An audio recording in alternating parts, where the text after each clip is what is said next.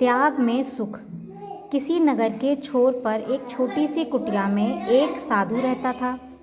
वह हमेशा ईश्वर की भक्ति में लीन रहता था। नगरवासी उसका बहुत आदर करते थे। वे उसे दान में कीमती वस्तुएं देते रहते थे। एक दिन साधु ने अपने शिष्य से कहा, बेटा चलो अब किसी दूसरे नगर में चलें। शिष्य बोला, नहीं गुरुजी, अभी हमें कुछ और समय यहीं रहना चाहिए। यहाँ चढ़ावा बहुत चढ़ता है। लोग मुक्त हाथों से आपको दान करते हैं। थोड़ा और धन जमा हो जाए तो चलेंगे। गुरु ने कहा, धन संग्रह करके क्या होगा, हमें धन संग्रह नहीं करना, तू चल मेरे साथ। साधु और शिष्य दूसरे नगर की ओर चल पड़े। शिष्य ने कुछ पैसे जोड़े हुए थे, जिन्हें उसने अपनी धोती की गांठ में बांध लिया। चलते चलते उनके मार्ग में एक नदी आ गई।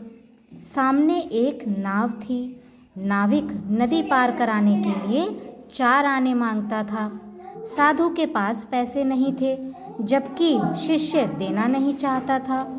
दोनों नदी किनारे बैठ गए। बैठे बैठे साय हो गई।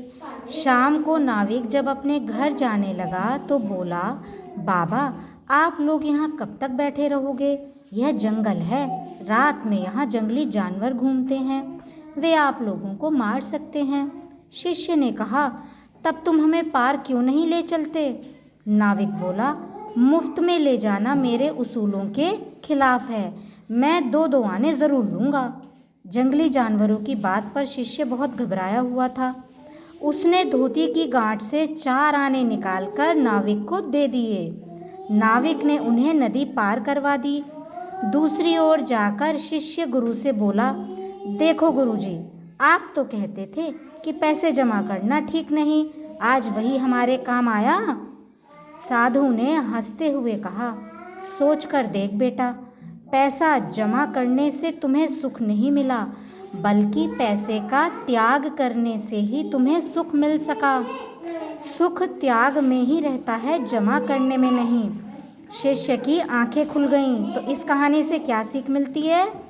हमें शिक्षा मिलती है, स्वयं दुख उठाकर दूसरों को सुख देना ही सच्चा त्याग है, क्योंकि वह स्वार्थ रहित होता है।